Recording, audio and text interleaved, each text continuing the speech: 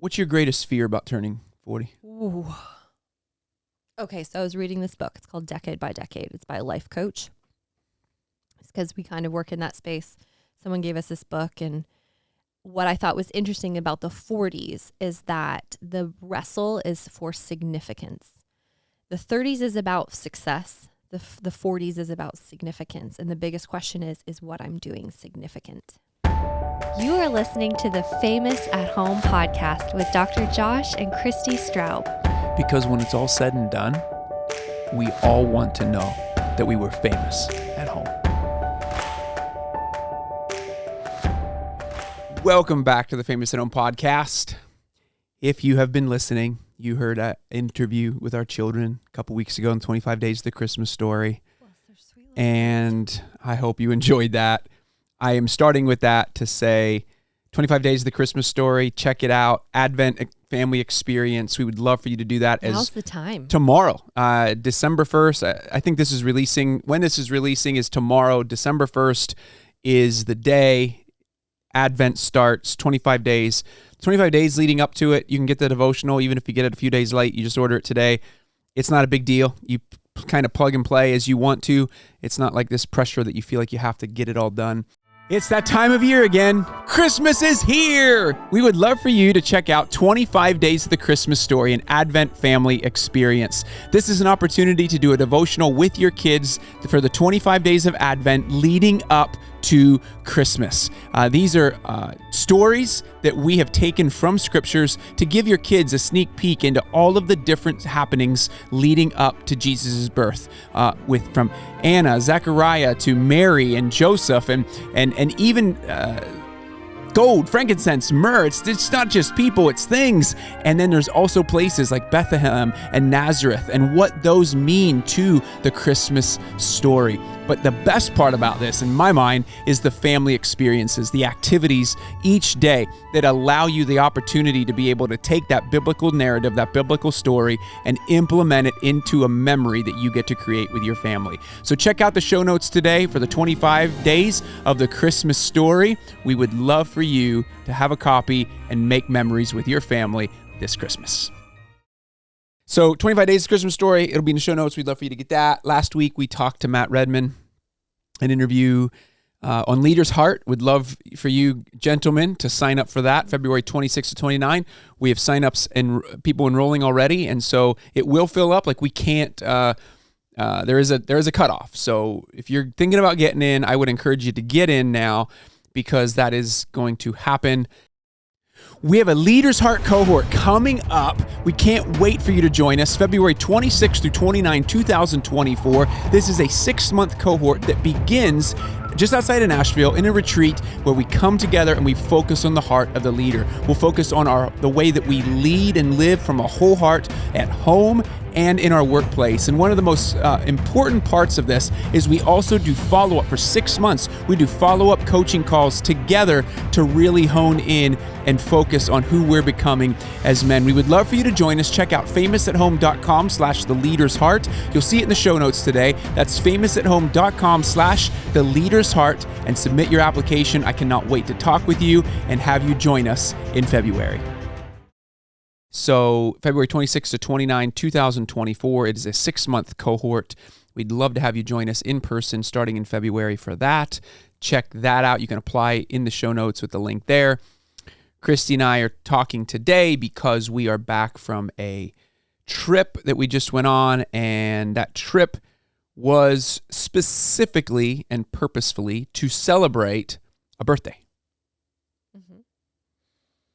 Wasn't it, Christi? It was.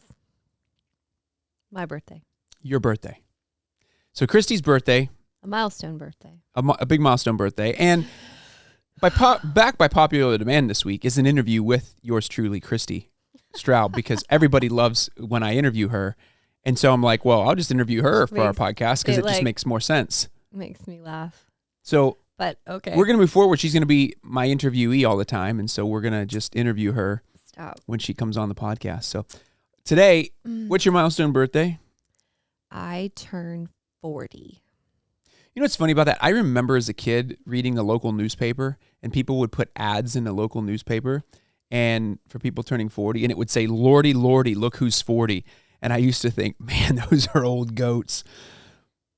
They're turning 40. They're old. So tell me about that. Tell me what it feels like for you to be in your 40s. That's where I was like, I agreed to do this interview because it has actually been like a significant process for me. Like this has been, honestly, no other birthday. I just really haven't cared. Like for some reason, this feels significant or weighty or something. And I mean, you've already gone before me. Josh is 4 years older, so he's been here. I'm an old goat too. You're you're almost mid 40s, really. Yeah. Like, which is nearing the next one. That feels weird. But let me tell you what's weird about it. I don't feel that. I feel no different. I know. And people will be like, "What are you, like 27?" Yeah. I mean, people think I really don't. You're young. Yeah, I don't know what I look like, but I don't feel 40 on the inside. And everyone's probably like, yeah, same. I know people say this, but so what I've been wrestling with this birthday, just because it feels more significant, is the passage of time. So these are the things I want to talk about today. Aging and the actual physical effects of aging, because I'm actually feeling or looking different. And that has been a real process, especially for me as a woman. So I've been talking to older women about aging. I've never had those conversations. I actually don't even before. notice it, but it's funny that you do. Bless you. So yeah, like it's felt significant, I guess, because I still feel like 25 on the inside. I don't know why that number always rings out, but that's like 25. Like you're mature enough, but you're still really young, except that I drive a minivan and there's 3 kids that call me mom. And the oldest one's like almost not reaching me in height, but he's getting up there. And that feels really weird. Like I was hugging him the other day and I was like, this is going to be like hugging a peer soon. Like a body that's the same size as mine. And you came from mine. Like it's weird. So the process of this aging thing has been like thoughts and introspection that I've never had before. So. Well, and I enjoy interviewing you because you are famous at home. And so my shirt says so. I think that your insights are always important. They always are important for me to know how to husbandry. Is that a word? Yeah, that's more like animal husbandry, but yeah. Yeah, how to be a good husband. I appreciate that you listen because sometimes I process it best saying it out loud. So most of you will get this in current time because it's not like it's processed. It's processing. Yeah. So I want to ask this question. Let's start with the heavier questions and go lighter so that we end light. Does that sound good? Yeah, sure. What's your greatest fear about turning 40? Ooh. Okay, so I was reading this book. It's called Decade by Decade. It's by a life coach. It's because we kind of work in that space. Someone gave us this book, and what I thought was interesting about the 40s is that the wrestle is for significance. The 30s is about success. The 40s is about significance. And the biggest question is what I'm doing significant? And they actually say in this book that the 40s are the most challenging decade because you haven't quite reached, like the 50s, 60s, 70s is actually where you like make all your wealth. It's where you're established, like you get in your flow. But the 40s are this wrestle of like, I crushed it in my 30s. Like I succeeded in whatever way I was like trying to strive to succeed. Or, maybe you didn't, but if you don't have an accurate view of what success is, you'll think you keep failing. But you've worked really hard. And then the 40s is like, oh my gosh, was any of that worth it? Like, is anything I'm doing worth it? And so I think reading that was like, oh, that is like, that's really what the wrestle has been is what I'm doing significant. And if I'm honest, like, I don't know the answer. I know the right answer. Of course it is, but like the real wrestle of like, do I feel that? Do I feel like what I'm doing is significant? And you'll hear, is it next week where we talk about that a bit more? Priority and priorities. Is that next week? Okay. So we'll talk about that a little bit more next week. But that's been the wrestle for me. So I think the fear is like that I would reach the end and regret that honestly, that I didn't live free enough, that I wasn't free, that I was either enslaved to insecurity, fear, or idolatry of some kind. Like that I got, caught up in chasing status symbols of this world. And I don't want those any of those three things. So, yeah, I'd say that's the deep fear, because I think it's so easy to get inundated in the daily of the to-do lists. And I know at the end that's not important. Like I know. And yet it's still attractive. Like it's still attractive to feel like you're checking things off. I think you do such a good job of being discerning of, you just walk with Jesus in a way that's admirable. And I think that you hear and you're discerning enough that that's a fear that, and I know I can say this and you're not going to, you can hear it cognitively, but that I just don't see that being something that you're going to need to worry about. I think the worry is going to be how you define significance. Yeah. Because what you're doing is significant. Right. What we have been doing is significant. Yeah. And there's sometimes where I'm like, I get to hear from people when I go out and speak, or I get to hear from people who are emailing, and you don't tend to see a lot of those. I try to get some of them to you, but you don't feel the significance of what we do sometimes the way that I get to see it or experience it. And there's even times I question it, but you're really more guarded from it, and not even guarded. Guarded is not the right word. I do think I guard from it in some ways though, because I don't want it to ever feel prideful. And so I think there's that balance there too, where you're like, it's this, is that false humility maybe, where you're just like, no, it's not. I'm just, this. I truly, if I'm honest, like I really don't know if it makes any difference or, but I hope and pray that it does. And I hope and pray like for my own kids that like my effect on their life is, I know it's deeply significant. I know that. And yet, the wrestle is still like, is that enough? So looking back at the end of your 40s, we're now 10 years from here. What will you have hoped after the next 10 years, looking back on this next decade? What will you have hoped to say that was significant? I hope that what I am doing is completely aligned with who I am, so that there's no false self acting. That I'm totally free of concern about how it appears. Because, you're still like, I don't think I'm a super insecure person, but you can still have insecurities that affect how you show up because you want to fit in. And I just don't want to try to fit in anymore. I want to be so who God made me to be unapologetically that like sometimes I piss people off. And I just said that word. You hate that word. I know. But like, because I hate that word, but like, I don't know that I don't let myself say that. So that's why I just said it, because, I've, if anything, like over my life, I've tried to be good. And, more than that, I want to be righteous and upright before God and let the like fake goodness, that like looks proper, sort of fall away. Does that make sense? Does anything I'm saying make sense? Oh, it's a great answer. You want to live out of your true self. Yeah.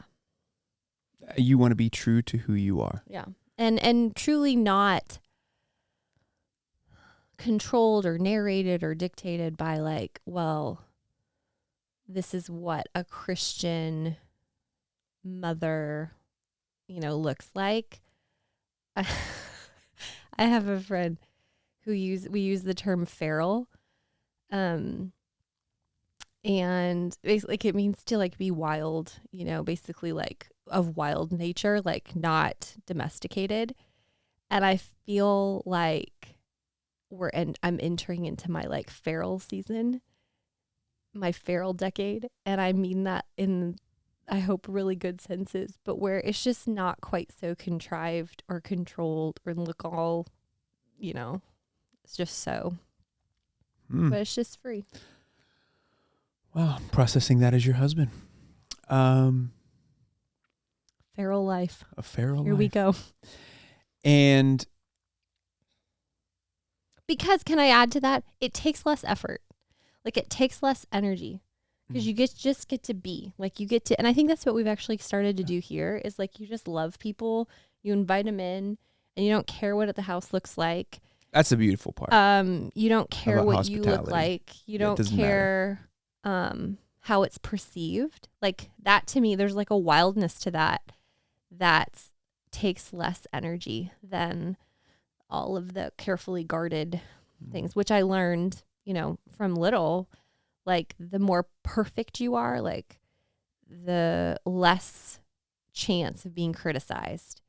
And so somehow you just pick up like just be better and then people won't criticize you. And because that feels so unsafe to be. But I think what I've realized is that people actually appreciate that we are who we are. Well, and that's the and they leave going, man, that's freeing. At least I hope that's, we've heard that. I hope that that's true. Yeah. That it's like people have permission to just be instead of, be someone that they're not or try to look a certain way and present a certain way so that we can impress people. And I think that's really real because like where we, Nashville culture or who we get to serve with Famous at Home, like these people are, they're known and they are like live lives I do not live. And the temptation early on is like, oh, you have to like impress them. Like I have to be like them or something. And I was like, I can't do that. I'm not like, I can't be that. So I was just like, had to learn to be myself. And I remember having people tell me that, like, be like, oh my goodness, just don't ever change. Just be you. And I'm like, I don't know who that is. Like, okay, be me. Like, but it was like, it's freeing for other people. And I'm like, okay, well, I don't really know what that looks like, but I'll be me. But I stuck to that in that I was like, God, I don't know. But I can't be that. And I'm not all polished and fancy and cool like that. So I'll just be me. And I think what's neat is like, you'll see people's walls come down. And that's what I've seen is so I get to sit with people where it's like, you get actually taken in further because they can trust you because you're totally authentic. Like I'm not trying to get something from you. I'm not even trying to impress you. And I live a life that's so different from you that somehow that's actually attractive because it's flipped on its head. So turning 40, looking back on the previous 4 decades, what are you most surprised about now turning 40? Like what surprises you? Is it that you feel 25 instead of 40? Is it like you've hit this lordy, now she's 40? Right. Kind of what is the surprise? Okay, so this might be strange. I've been reflecting on how much effort in my high school, college, career years was put on doing. I played volleyball in college, so I was an athlete like all through high school, and like all I did was volleyball. So we trained all the time. Like that was my entire life.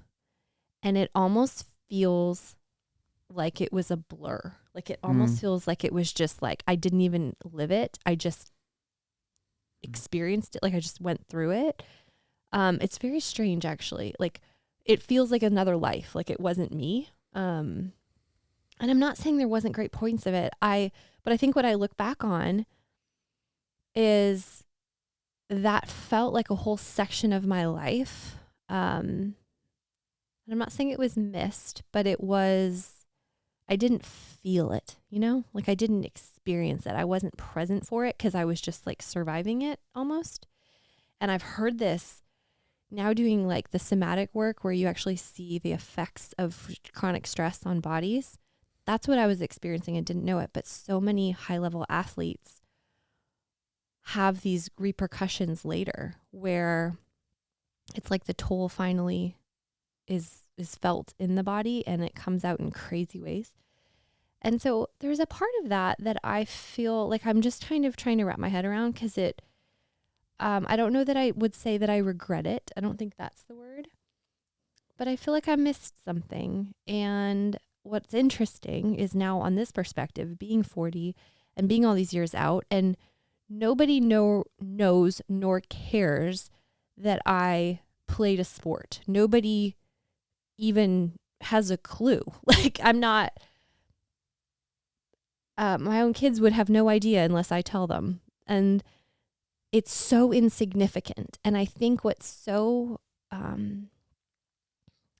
did you phrase your question? Surprising. I think what's so surprising about it is how much effort we can put into things that we think will matter for our life. Like it'll shape our lives or it'll shape the people that we are. And I feel like it was a blip that was very insignificant, actually. Insignificant in what ways? Because I think there's a level of, and you played, just to be clear, you played volleyball at the highest level collegiately. And there's discipline. There's things that it taught you that you are there lessons that it taught you to this day that you are carrying into your life that? Sure, you could say that, but I actually flipped to the opposite because it was so disciplined, because it was so, and it was required. Once I was out of it, I wanted nothing to do with it.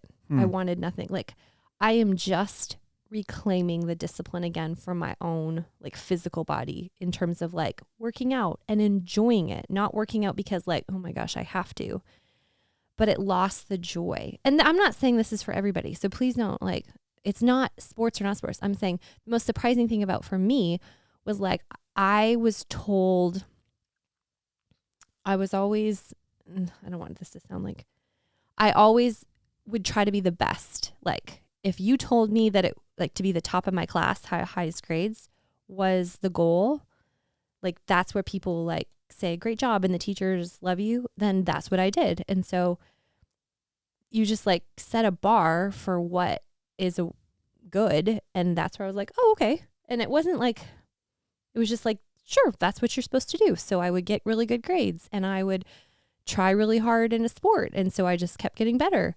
And you just keep going. And there was no sense of there was another way or like another choice. And so if that makes sense, like it was just like, that's the course set out before you. And there's like, well, what do you want to be? What do you want to go to college? And what do you want to be when you grow up? As if like, you're just supposed to just keep this career, like this plan, this train going forward. And so that's what I did. And what's surprising is that here I am now living a life that I would have never predicted or expected or even said to you was a good one. Like, you wouldn't have, even in our premarital counseling, you would have said gosh. This is not a good life. Can you imagine, seriously, being like, we're gonna 13 years from now, you're going to be homeschooling 3 children and live in 1,000 square foot cabin. You're going to be in the middle of nowhere. I mean, and granted, I mean, we're here right now for the season that we're in, but I mean, it's not where we're living for forever. But I still would have been like, ugh, no, that's so like, and it's just, I think I'm surprised by the true upside down nature of God, that he takes the things the world applauds and flips them on their head, because his kingdom is antithetical to the ways of the world. Like, enmity with the world, it's a true like worship of even the values of the world is enmity with God. And I think maybe that's what I'm trying to say, is that's what's so surprising. Even things that sound good, like doing well in school and going after playing sports and learning all the good lessons that come with them. And I still am like, that really never hit the mark. Like, this is so much richer. And it's completely the opposite of all that. What we were fed. And I was homeschooling yesterday with Landon. I took him out with me to work. I was at a coffee shop and I took him with me and we're doing some things. And I was actually thinking about, as I was sitting with him, the things that will really matter for him. And what is our homeschool curriculum actually instilling in him the things that will really matter? Investments, how to keep a budget, like the things that actually we do as adults. EQ obviously is a big one. Does he know how to socialize? Does he know how to connect with humans? Does he know how to control his own emotions? Does he know how to be his true self? Does he know how to be at peace with himself? Does he know how to be at peace with himself? These are huge things that we don't get taught in school because we're told that other things matter. I'll get on a soapbox, but we're told that other things matter. And I think it's just important for each of us. As I'm listening to Christi, the thing that I'm taking away is the influence that how she lives and what that perpetuates and teaches her children, my children too. But I also want to be careful that I'm not parenting them out of reaction, right? Like I continued out of that. Well, the next thing, you just follow the next train. And then it was like a master's, and then it was another master's after that. Like, and here I am homeschooling in the woods, and my 2 master's degrees literally don't matter. Like, I don't even think my kids know I have them. Like, I don't use them really. And I'm told, Dad, you're not a doctor. You can't help people. So it's like, you're not like a real doctor. You're not a real doctor, Dad. So, and we were like, you're right. And it's great. I guess I just want to be careful. We were playing the game of life last night, which I've never played in my whole life. Funny. Mind-boggling to me. Mind-boggling. And you pick the college track or the career track, and I don't know. I thought it was actually really interesting. I think it's a genius game. But what struck me was that I need to be careful. I do have freedoms and options because I went through school that other people wouldn't have, and I realized so like that's my only lens, right? So I can be like, psh. That's like a wealthy person being like, psh, money doesn't matter. It's because and I don't want to then put on my kids like, you don't need to do this. This isn't. Don't play sports. Don't go to college. Don't do higher education because none of it matters. I have to be super careful. Like, it doesn't matter to the degree that I made it matter, or I thought that it did, but it doesn't mean it doesn't. It doesn't mean it's insignificant. And so I think there's just like a gentler balance of, back to your question about what's surprising is like, it's not the ultimate thing. Still not a bad thing, but realizing there's much deeper, richer things that I wish. So now I'm doing the work of releasing all of these decades of this very high achieving mindset where everything is to be conquered and everything is to be like better, keep going. Yeah. Like even the discipline is a great concept, but when you wake up feeling like you have to, like better fight the next fight, that's not living at peace either. Like, that's actually a very restrictive mentality that's putting its own cage, right? Where you're sort of at the whims of whatever the world tells you is a good discipline. Obviously there's great disciplines, but to recognize there's freedom in that too. And if you get too focused on this, you're building your own cage. And so, I don't know if any of that made sense, but I just have felt that the perspective is, it's softer, maybe I should say. The world is hard and harsh and critical, and therefore you need to learn to be softer and gentler and kinder with yourself, because no one else is going to do it for you. It's a good word. Tell me what you're most looking forward to in your 40s. Can I just say one more thing? And if you're not that with yourself, you won't be with other people either. Like your husband, your children, your friends, your family. You will be that harsh, critical person with them because that's your inner voice. Sorry. What are you most looking forward to in the 40s?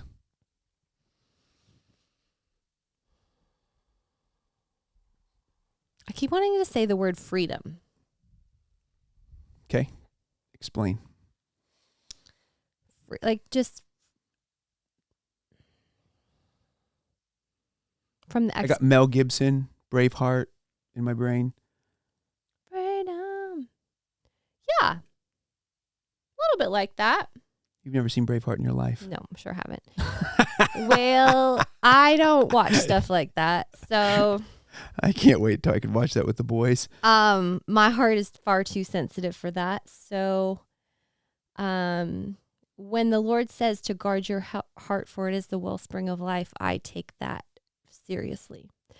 So I have a very sensitive spirit, and therefore I have to be very careful what I watch.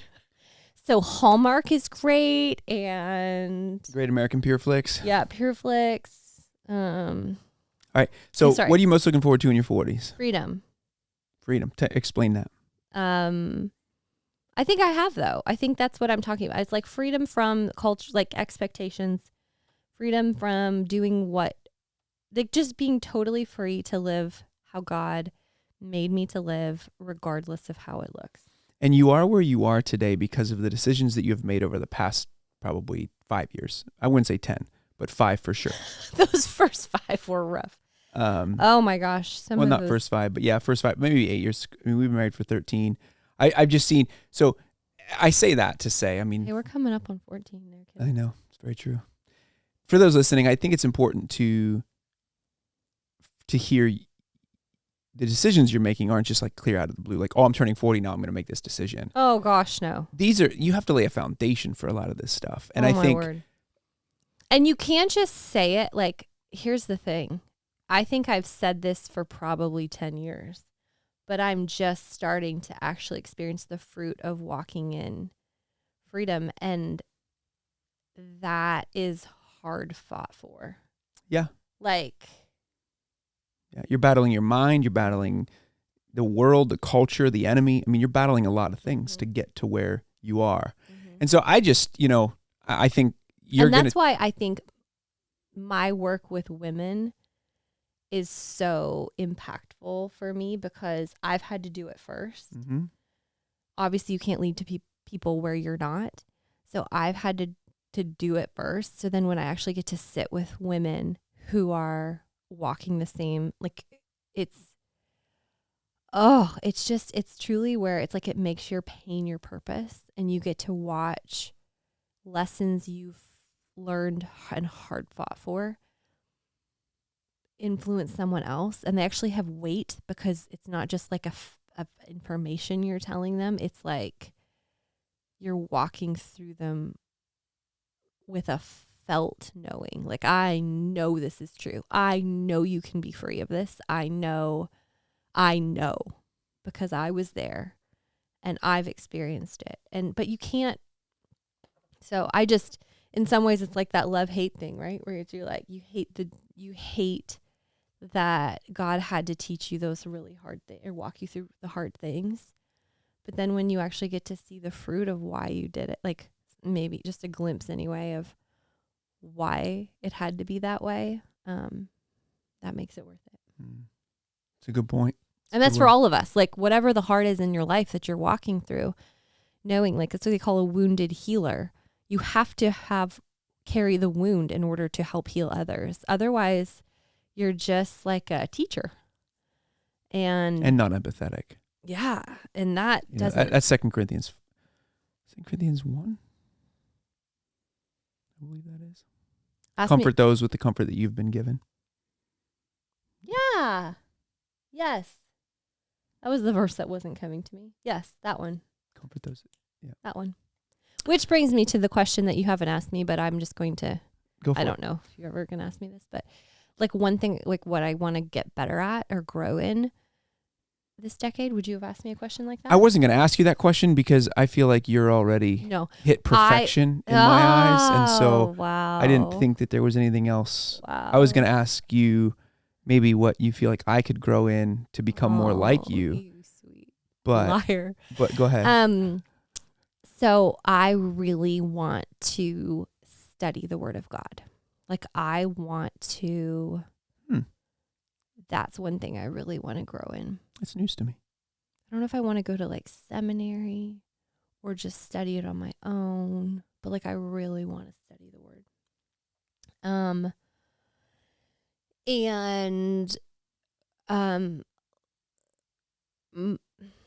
Continue this journey for me of learning how to regulate my body against the culture, that there is actually like all those decades of the pent up stuff is gone, and then teach that to my kids. I really, really, and therefore in my kids' EQ, teaching other people's kids that too, because if we had these tools, and women, that's what I get to do with women, but like, I see it trickling down, I think, important into the next generation, because if they don't have these tools,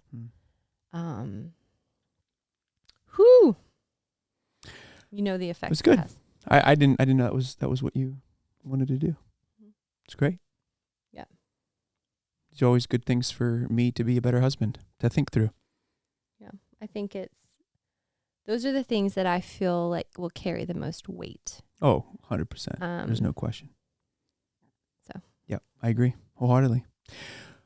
Christy's turning 40. Send her some birthday love. You can find. You don't actually have to do any of that. Actually, I'm it's not very on true. social media, so I You're won't not really see anywhere it. to find it, but I reply to the email. By the way, if you don't sign up for our weekly He'll send me emails, some of those. newsletters, please do that.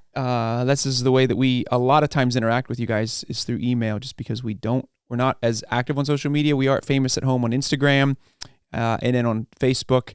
But a lot of times we post stuff on there and there's just algorithms that you can't actually see it unless you go to it. So anyway, we are on there from time to time, especially Instagram. Janae does a great job of keeping up with that, just posting some clips here and there.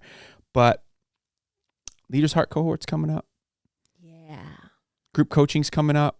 Yeah. And so what more I'm information excited about about that, even next week, even some of the mindset behind that. But we're actually developing the structure of those cohorts based on some of the feedback you're giving us in those interest forms. So fill out those interest forms. Would love for you to do that. It really helps us because there's lots of ways you can structure group stuff, but to know what would serve you best, Right. because Yeah.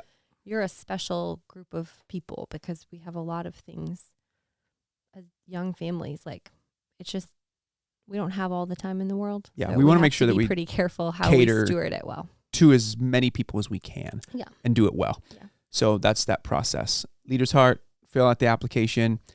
Happy birthday, Christy. Thank you.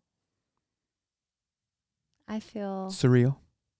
It is very surreal. Yeah, but it's good to metabolize it, you know. Mm-hmm. Oh yeah, I think it's really I good. didn't talk about aging too much, but we'll do that another topic. Another time. Talk about aging. That'll be a good interview. We'll do an interview coming up with you on aging.